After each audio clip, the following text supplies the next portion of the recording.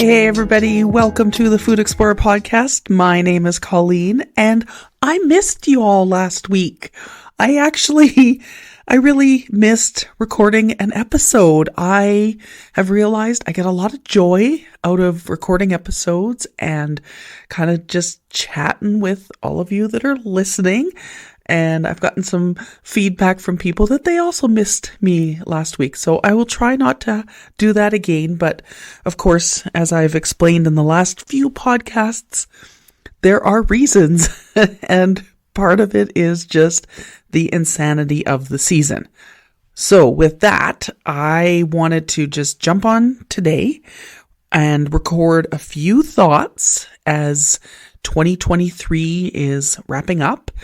Which, I know it's not a shock. I know 2023 is ending, but I was actually at an event the other night. So we do a really fun event called Devoured. I've talked about this before, but we have Daisy Chain Book Company in Edmonton, and they have a Beaumont store as well. And the owner of the store, Brandy, she picks 5 books, and then I create treats to complement those books. So it's either a feeling about the book or something specific from the book. And we were doing our event at the Edmonton location the other day. And Brandy said something to the effect of, 2024 will be here in a couple of weeks. And I looked at her and she looked at me and I was just thinking to myself, you're lying. It's not going to be 2024 in a couple of weeks. And she just was kind of staring at me going, you know that December is almost over, right? And I honestly, I could not wrap my head around it. I don't even know where this year went, but apparently there's like a couple weeks left. So I was just, I wanted to just drop the mic and just walk out. But of course I didn't, because it is one of my absolutely most favorite events. Brandy and I have a lot of fun together. She will do ridiculous accents, which just crack us up because usually they have nothing to do with the book. And we have this incredible community that comes to the events. So that was actually our last Devoured event of the year, obviously, because there's only a couple weeks left. Again, I don't know how I didn't understand this. I'm like that person that I know when Christmas happens every year, but I still am unprepared for it. That's absolutely me. With that said, yes, 2023 is ending. I wanted to just quickly talk in this episode, kind of like a little bit of hit you with some tidbits. And the first thing I want to hit you with is hot chocolate. You're probably thinking, well, that's totally out of left field. But this is a Food Explorer podcast, and we're going to talk a lot about food, obviously, and we're going to have some amazing interviews. I know I keep saying this, but I am really excited about our January guests. I was speaking with one of them the other day, and he says, well, what are we going to talk about? I said, I don't even know, because he is one of those people that is part of the food community. He is an innovator in the food community here in Edmonton. And he wears a lot of hats in the food community, not just as a farmer, a market vendor, but developing these crazy relationships so that he can do the farming that he does. And so he's going to be coming on. Both of us were just, looking at each other going, January, right? Yeah, not right now. But as I'm thinking about that, and we were kind of talking about some of our favorite things, I started thinking about hot chocolate.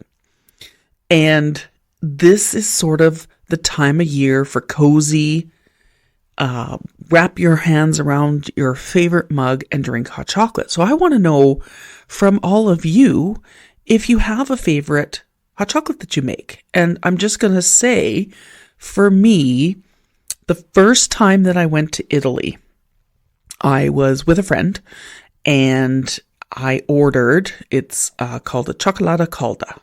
So that's the Italian term for hot chocolate. So cioccolata, chocolate, caldo, hot. And this hot chocolate comes to me at the bar. So when I was in Italy for the first time, there were not takeaway. You didn't go and get your, single use cup and get your drink to go. Like, you stayed at the coffee bar and you had your drink. And so he brings out my drink, and it is the thickness of hot pudding. Hot chocolate pudding. I am not kidding you. Look this up and you will see the thickest hot chocolate you've ever seen in your life. And for me, that always sticks in my brain as the best hot chocolate that I've ever had in my life. And so how do we, then recreate that kind of a hot chocolate? And being a chocolatier, I have access to all the chocolate, so it's not hard for me to do that. But the funny thing is, I don't. I have all the ingredients to make amazing hot chocolate, and I just don't do it. I love hot chocolate, but I like a small cup of hot chocolate. A big giant thing of hot chocolate, not my jam. I also enjoy hot chocolate with the mushroom superfoods. So like the Reishi chaga mushroom mixes that you can buy. I don't know why. I just really love them in hot chocolate. And so companies like New Earth Organics, they're out of Cochrane, Alberta, or Harmonic Arts out of BC, British Columbia, or the Light Cellar from Calgary. So I did an interview with Malcolm. Oh my gosh, it was a couple months ago now. But all of them have these amazing hot chocolate blends. And I have a friend that is she has created a new company. It's a take on an old business she was doing. It's called Nourish Foods. I actually have not tried her hot chocolate mix yet, but I do want to try and, find some of that at some point, or just create some myself. So we'll see. But for you, what do you like? Are you thick hot chocolate? You want thin, watery carnation hot chocolate because it's the nostalgia of that powdery, chemical-filled, SHIT storm? Do you want whipped cream on top? Do you want sprinkles on top? And I started thinking about this because the newest issue of a magazine called Culinaire, which is a Alberta food drink recipe magazine that comes out, it's glossy, it's pretty, has on the front hot chocolate. And I've seen some crazy hot chocolates lately where they're, grating peppermint on top to make peppermint mocha hot chocolate. So very long story about hot chocolate, but I do want to know, do you have a favorite hot chocolate? What is the recipe? What's the secret, ingredient that's in there? You love cinnamon in your hot chocolate. What is it that makes hot chocolate the best? The second thing I kind of wanted to touch on is, now that it's sort of the end of 2023, the end of market season officially, we've got our last Makers Market coming up this weekend. And I'm looking over the past 12 months and thinking about what markets served me and what markets did not serve me. And so some of the big hits for us was obviously the Canmore and Banff Farmers Markets that we went to in the summer, the Banff Christmas Market that we did. And those are, the ones that I know as soon as the applications come up for next year, I will be applying. We have some other markets that are staple markets for us, and we absolutely love them as well. But there's been a few this year that don't serve us. So my second question to you is, are you a farmer's market shopper? So do you go to the farmer's market and shop for your week or month vegetables, fruits, meat, dairy, sauces, dips, breads? Like, are you that kind of a shopper? Are you I go to the farmer's market because there's a specific baker and I want to get their bread every week, but everything else, I can take it or leave it? Are you not a farmer's market shopper at all? You don't care. You wouldn't waste your time or you think it's overpriced. I don't know if I really want to go and spend my hard-earned money.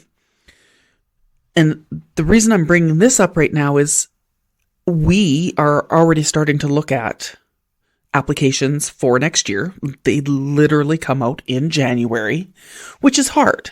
As a food vendor, I'm looking at the end of 2023 and the amount of money that I have to get me through the first few months of the year. January is definitely not a people buying chocolate month.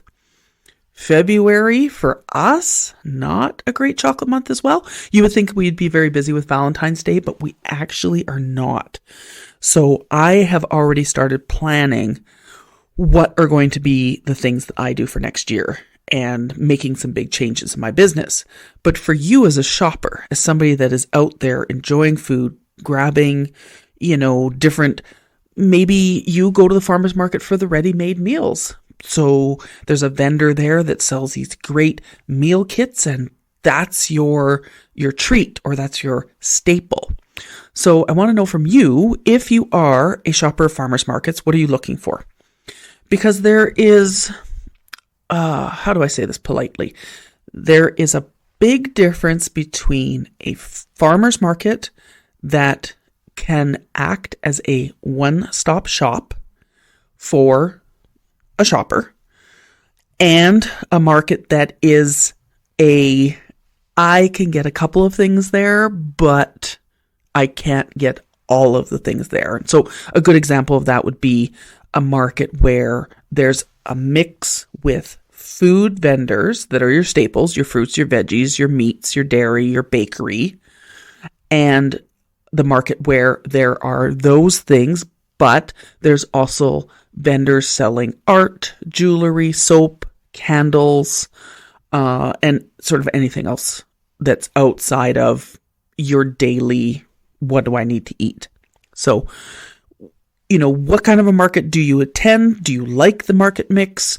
Are you looking for something that's very specific? And the reason that I'm also wondering this is, some of you might know, I've just taken on a position helping one of the farmers markets in town. And they're going to be rebuilding next year, and they're going to be looking for vendors, and we're going to be looking at the market mix. And it's important because I think when you have a good market mix, it brings people back every week. And here's why. 1, as the season goes, there are different vegetables, fruits available. Okay. So, the beginning of the season, asparagus, right? When strawberries come in, oh, that is like the best. Then we get, our different berries. Going through further into the season, now we've got our bigger items, our apples, pears, peaches, nectarines, right? These things aren't available at the very beginning of the season. So there's items like that draw the customer in simply because I cannot get peaches in April. I've got to wait for them.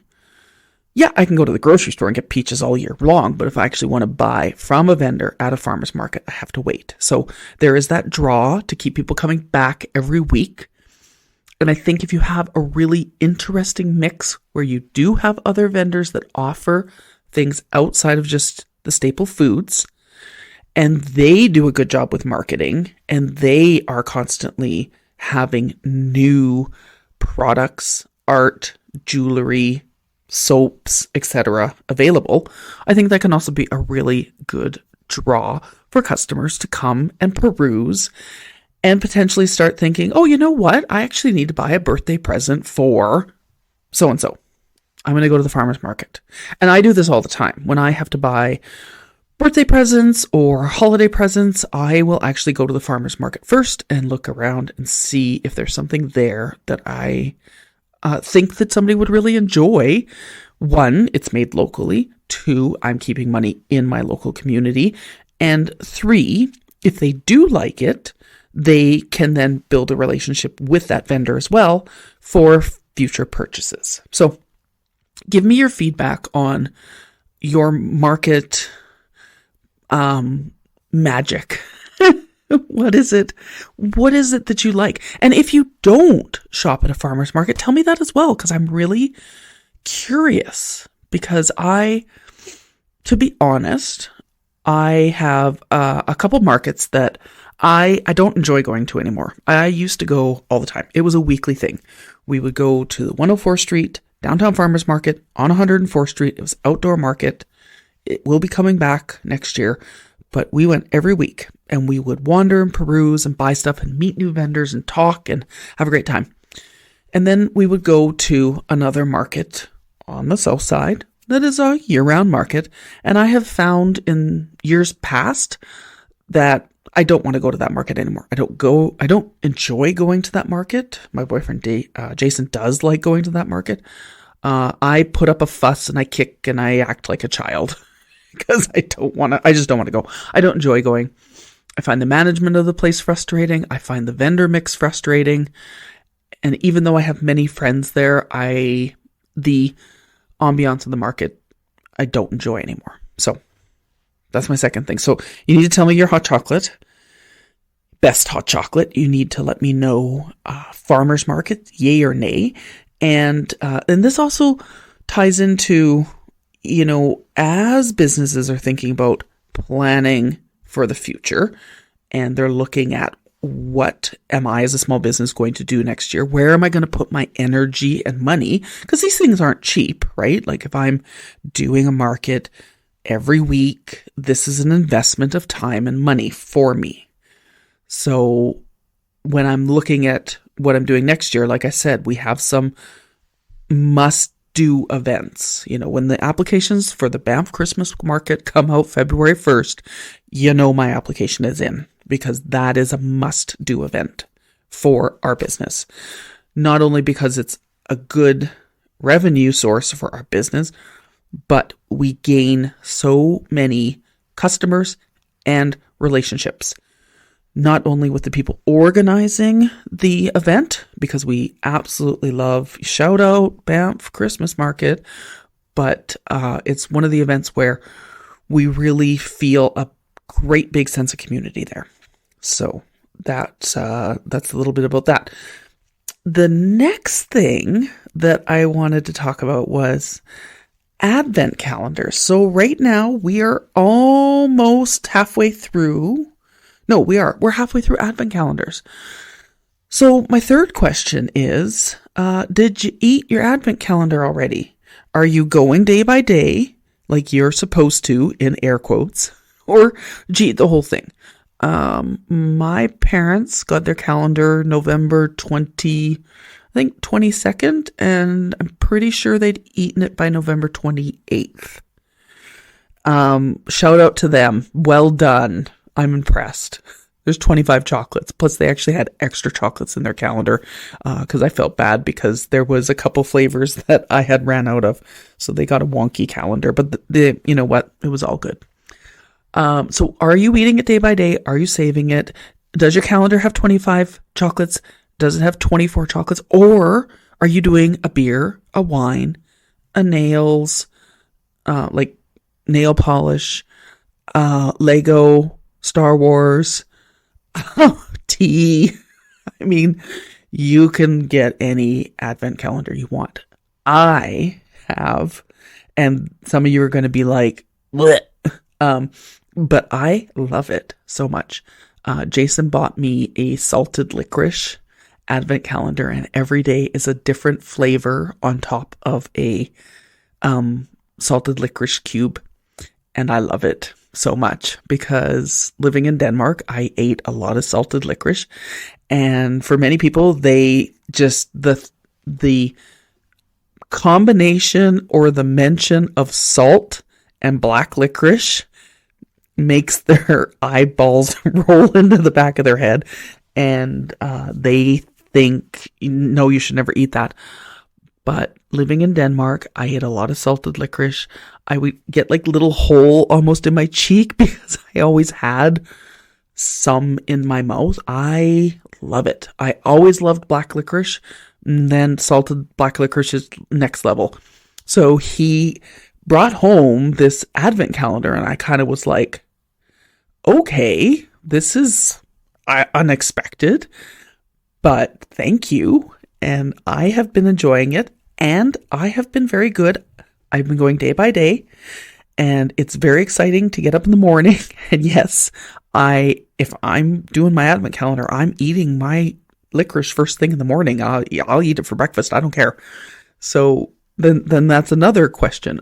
If you are eating it day by day, are you eating it first thing in the morning? Are you waiting till you get home at work at night? I mean, my goodness, how can you even do that? But I am eating it day by day, but I am eating it for breakfast. And it's delightful. It's actually a Danish salted licorice advent calendar. So my heart is very happy for this. Some of you might be like, why aren't you eating a chocolate advent calendar? I eat chocolate every day, and I love eating chocolate. Chocolate is my happy place. I wouldn't be a chocolatier if I didn't like chocolate. But it is really fun to get something that somebody else made, and I don't make licorice. I could try, but I don't want to. So I'm very happy for this advent calendar. The last thing I want to ask you about. So I've got a lot of questions for everybody today, but the last thing I wanted to ask about is holiday gifting. So are you the person that looks at the gift guides? Do you own a business or work for a business where you do corporate gifts, client gifts, staff gifts? I'm very curious about this because I'll tell you what, 2020, we did the most corporate gifts we had ever done, ever, in our business. And I got very excited. I was like, oh my gosh, this is the way. This is the way. And my Star Wars fans will get that. So I went and bought all these boxes. 2021, this was not the way. So the boxes sat. 2022, the boxes sat. So I've been sitting on these beautiful Christmas boxes for years now. 2023, though, we suddenly have all these corporate and client and staff orders. And here's what's happened. So we'll have, Joe, just say his name's Joe, Jane, whoever it is. They have just realized in literally the last week, oh, we actually have some money in the budget.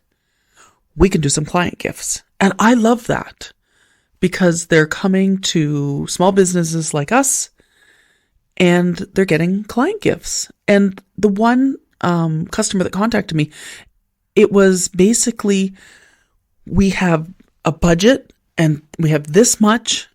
And he actually said, I don't want to offend you, but our budget is really small. And I said, you're not offending me. You are trying to do something really nice for a couple of your clients. You can't do it for everybody, but the fact that you are taking the time to buy a locally made gift to give to your clients, I don't care if your budget is small. I can work with any budget. And I've had this conversation a few times with people where they feel pressured. Like, if I'm not giving, $50, $60, $75 per person, why am I bothering? Are they really going to enjoy it? Let me tell you, they're going to enjoy it. I often will give little tiny thank you gifts with big orders. So if somebody's put a huge order in with me, I'll give a little something. It's not much, but I can't be like, oh, here you go. Here's $100 worth of free stuff every time you order from me. No, but I put a thoughtful, tiny gift together and a little handwritten note saying, I appreciate you. I appreciate your business. I appreciate your order. Thank you for thinking of me. So do you have gifting as something that you do? And let me be very clear. I have talked to many other businesses that have said, we wish we could do a gift. And doing a consumable item, a food item, a beverage item often is easier for people because I feel like they think they're going to use that item. If I go and give you a mug, hey, I would love a mug. I love mugs. I have a mug collection.